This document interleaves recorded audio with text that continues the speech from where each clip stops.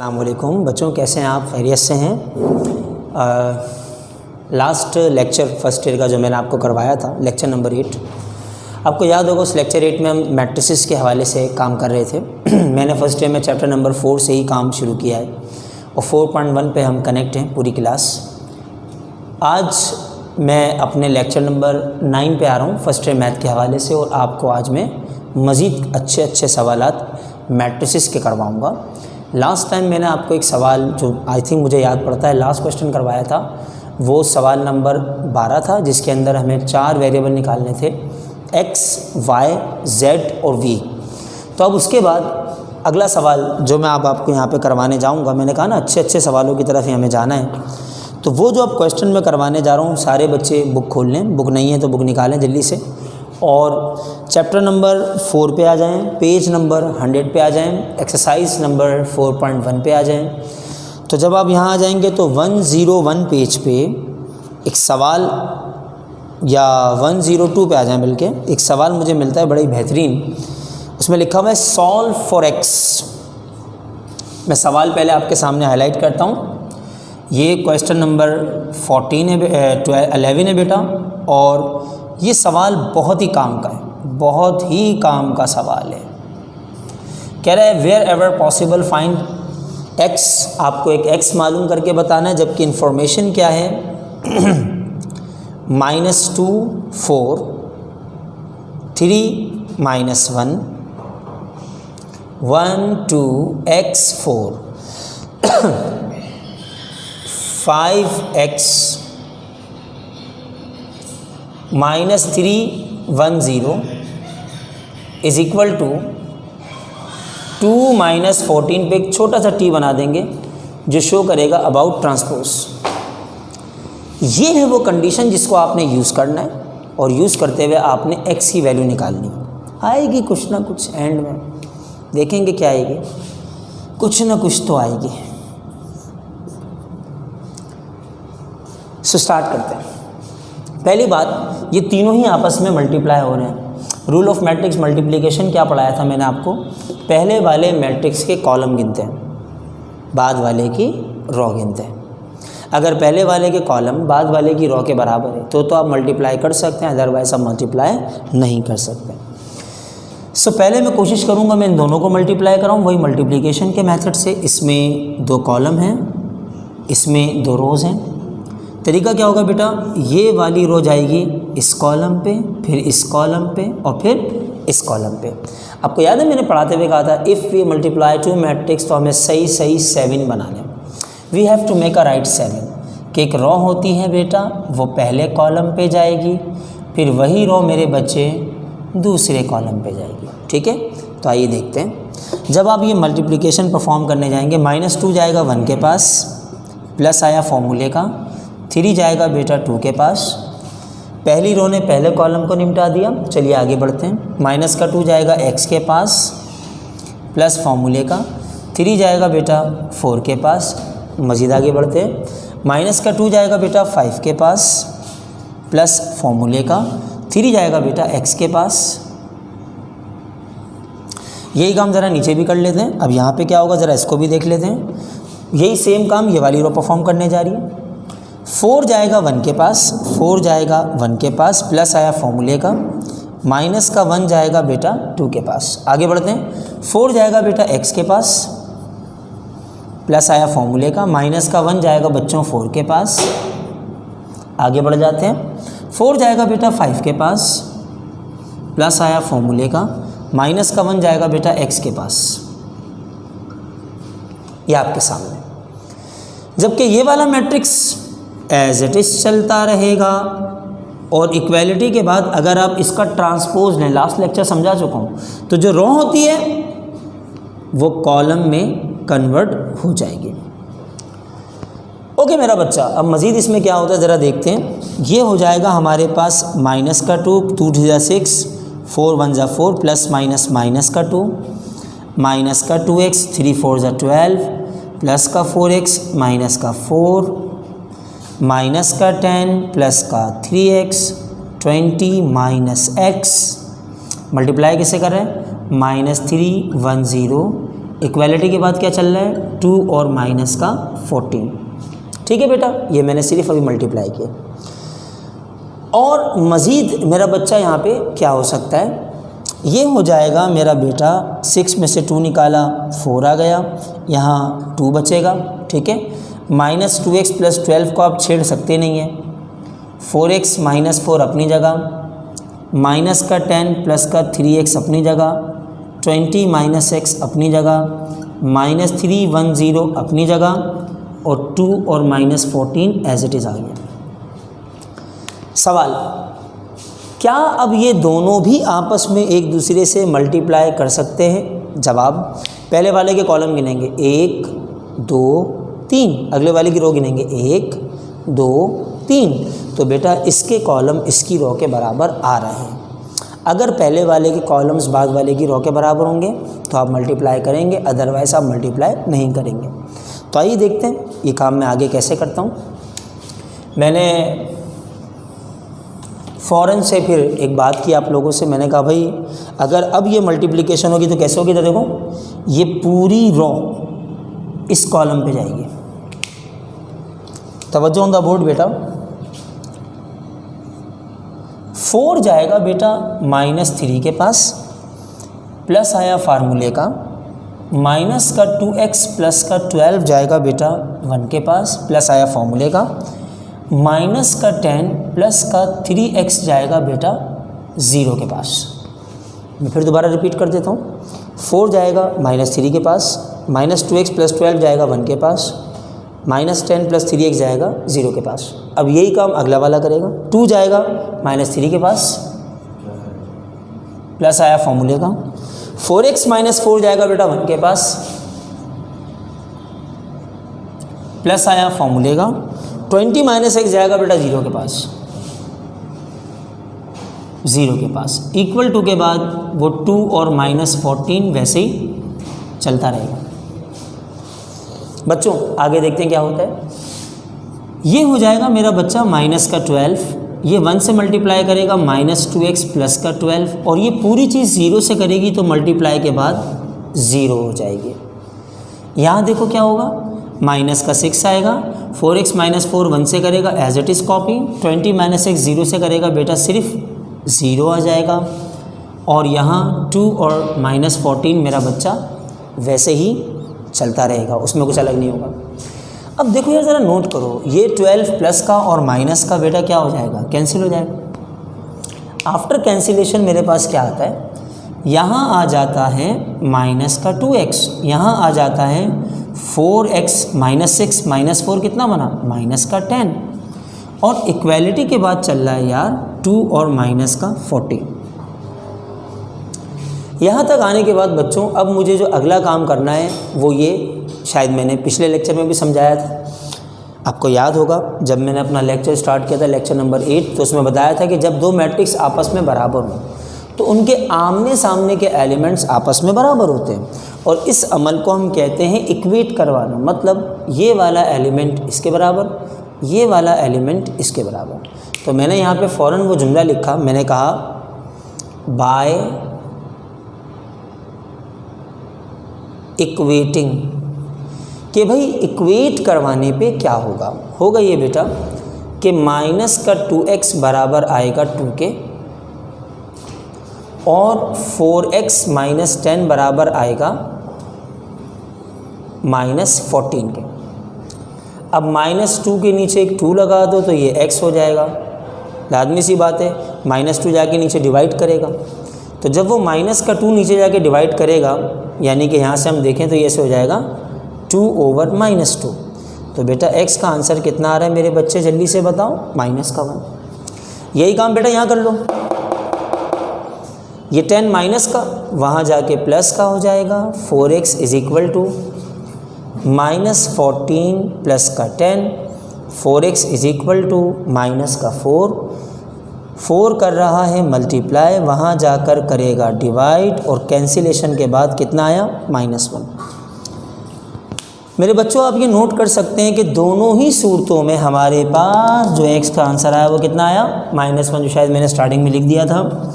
तो हम कह सकते हैं कि इस सवाल का जो राइट आंसर आया the value of x is nothing but equal to -1। Let's have a look किस तरह से सवाल आपके सामने हुआ। ये 3 मैट्रिक्स से जो मल्टीप्लाई हो रहे थे, ट्रांसपोजिशन के साथ एक मैट्रिक्स दिया हुआ था।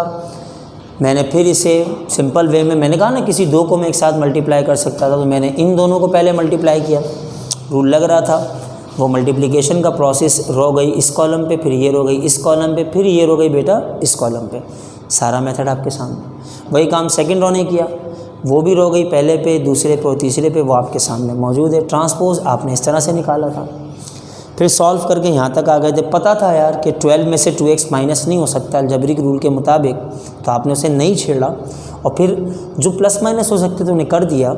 एंड देन इन दोनों को भी फिर आपस में मल्टीप्लाई किया उसी तरीके से कि ये पूरी रो जाएगी इस कॉलम पे, फिर ये पूरी रो जाएगी इस कॉलम पे।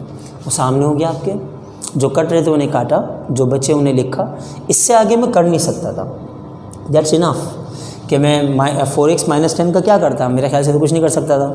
तो फिर मैंने इन्हें इक्वेट करवा लिया और वहाँ से 2 इक्वेशन बन के सोल्यूशन आपके सामने।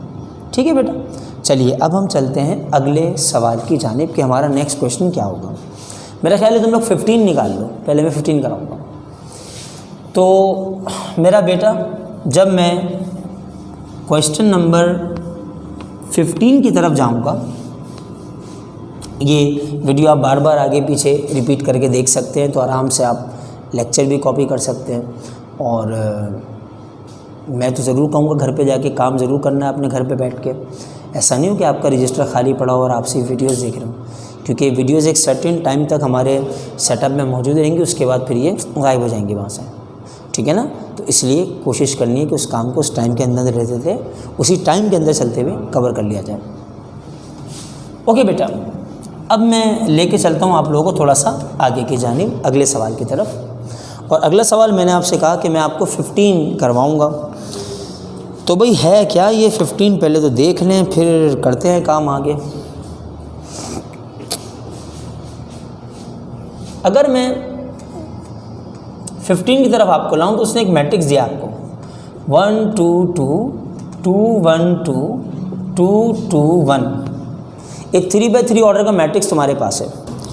फिर वो तुमसे क्या कहता है, वो तुमसे कहता है कि यार शो दैट, क्या शो करना है भाई, a² - 4a - 5i3 ये बराबर होगा O3 के। फॉर योर काइंड इन्फॉर्मेशन बेटा, आप लोगों को ये बात तो पता ही है, अगर नहीं पता तो बहुत बुरी बात है, मतलब आपने लेक्चर मिस किया है कि I3 का मतलब क्या है, identity matrix of order 3x3, और O3 का मतलब क्या होगा बच्चों, O3 का मतलब होगा null matrix of order 3x3। दोनों मैं आपको बता चुका हूँ पहले, ये दोनों मैं आपको पहले बता चुका हूँ। इन केस अगर कोई कहता है कि सर मुझे याद नहीं रहा या सर पता नहीं आपने वो बताई थी चीज़ कि नहीं बताई थी, तो एक बार हम उससे रिव्यू कर सकते हैं, उसमें कोई इतनी बड़ी बुराई नहीं है। तो वो मैं आपको ऐसे ही बता देता हूँ समझने के लिए कि भाई देखो, अगर वो I3 कह रहा था तो वो ये वाला मैट्रिक्स था,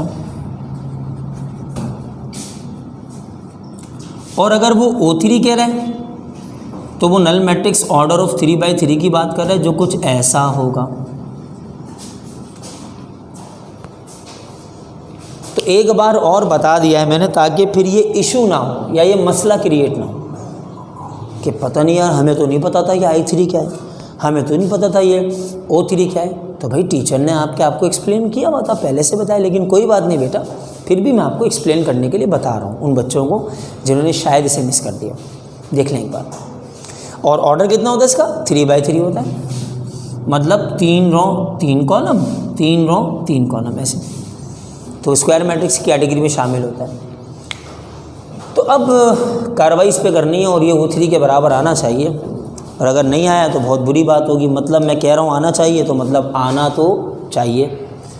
तो आइए ज़रा देखते हैं बेटा ये सवाल हम कैसे परफॉर्म करेंगे, क्या होगा इसका अंदाज़, कैसे इसे सॉल्व किया जाएगा। ठीक है, तवज्जो बोर्ड पे रखनी है सबने, फिर मैं आपको ये सवाल एक्सप्लेन करने जा रहा हूँ।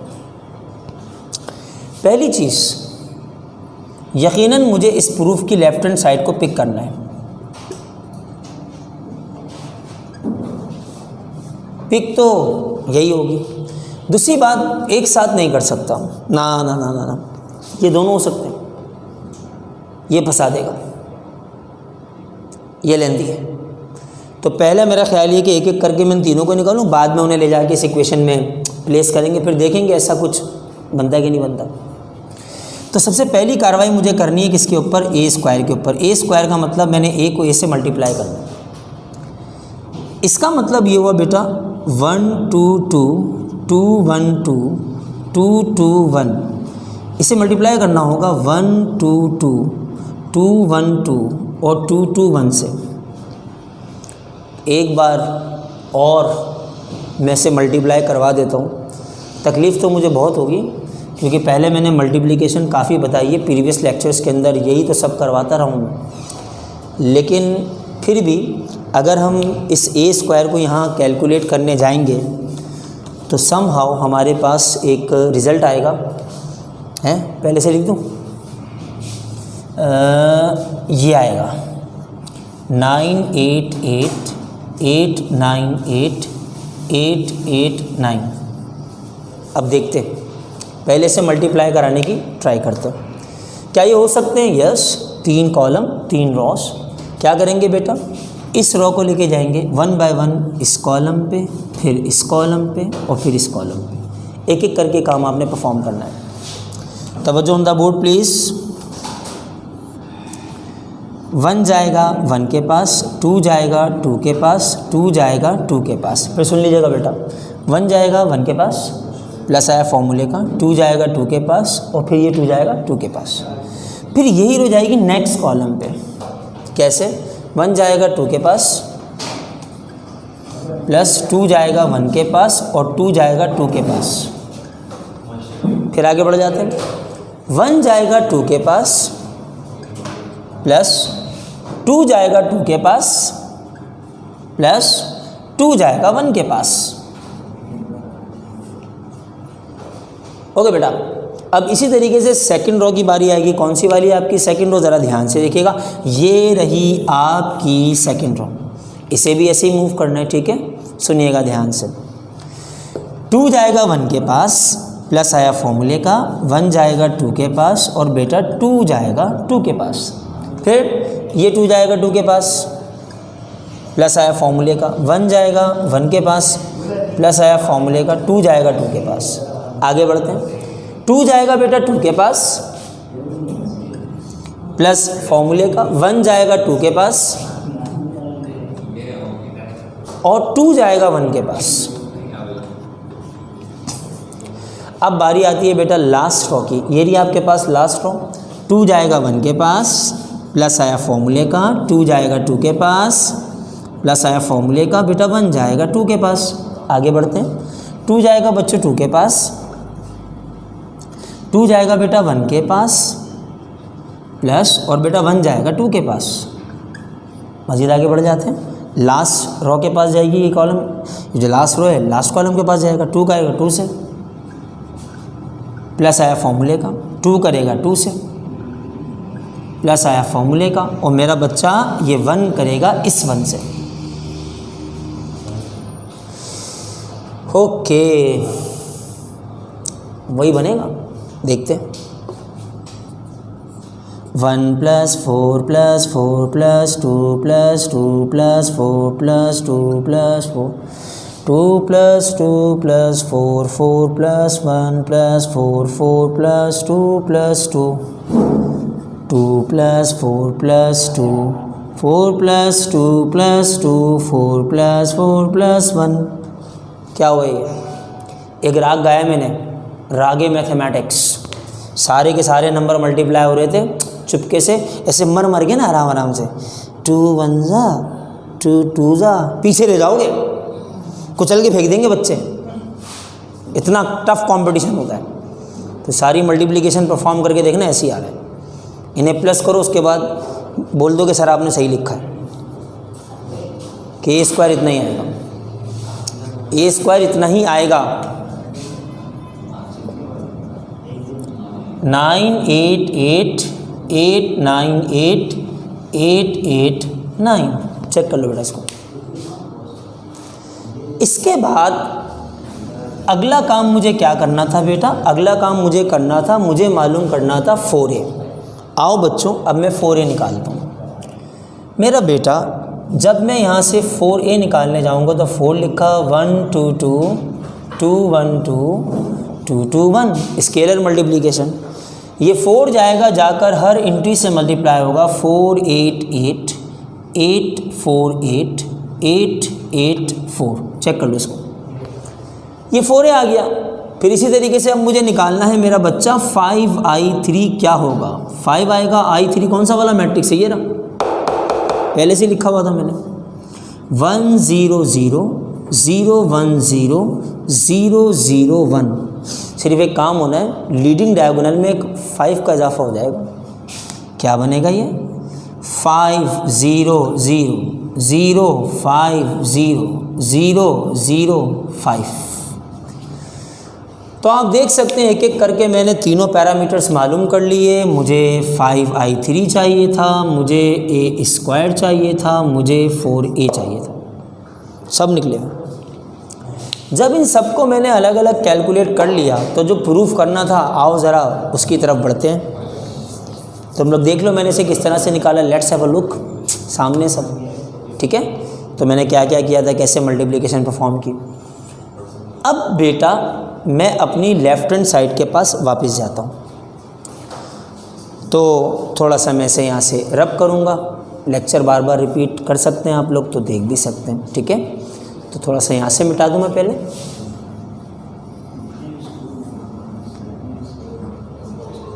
और अब यहाँ आएंगे। मैंने कहा भाई मेरी जो लेफ़्ट हैंड साइड थी, उस लेफ़्ट हैंड साइड में लिखा हुआ था a² minus 4a minus 5i3। तो एक एक करके बेटा इस लेफ़्ट हैंड साइड में तीनों के तीनों मैट्रिसेस की वैल्यूज़ को प्लेस करा के देखते हैं, देखते क्या होता है। a² बराबर था 9 8 8 8 9 8 8 8 9 माइनस की जगह माइनस आ गई। 4a किसके बराबर है, ये लिखा हुआ आपके पास 4 8 8 8 4 8 8 8 4 माइनस मेरा बच्चा 5i3 किसके बराबर है, ये रहा आपके सामने 5 0 0 0 5 0 0 0 5। पहला काम, इन दोनों को कर लो माइनस। जब इन दोनों को माइनस करने जाओगे ऑर्डर शुड बी सेम। तो बेटा ध्यान देना, 9 में से 4 गया 5 आया, 8 में से 8 गया 0 आया, 8 में से 8 गया 0 आया। अब ज़रा नीचे देखो, 8 माइनस 8 0 हो जाएगा, 5 हो जाएगा, 0 हो जाएगा, 0 हो जाएगा, 0 हो जाएगा और 5 हो जाएगा। चेक कर लो इसको पहले, ये सब जैसा मैंने बोला है ये वैसा ही हो जाएगा कि नहीं हो जाएगा, चेक करो। अब इन दोनों को ज़रा ध्यान से देखो, ये दोनों दिखने में एकदम सेम लग रहे हैं। ज़रा माइनस करवाओ, देखो क्या होगा। 5 में से 5 गया 0 आया 0 आया 0 0 0 0 0 0 0 सारे 0 9 0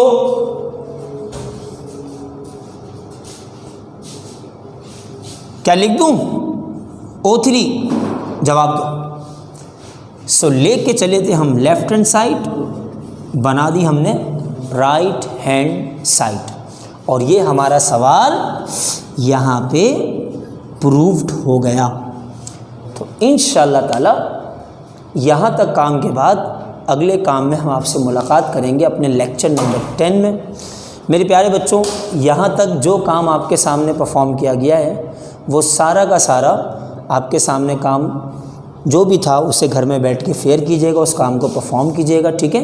इंशाअल्लाह ताला आपसे नेक्स्ट लेक्चर में मुलाकात करते हैं। Thank you very much.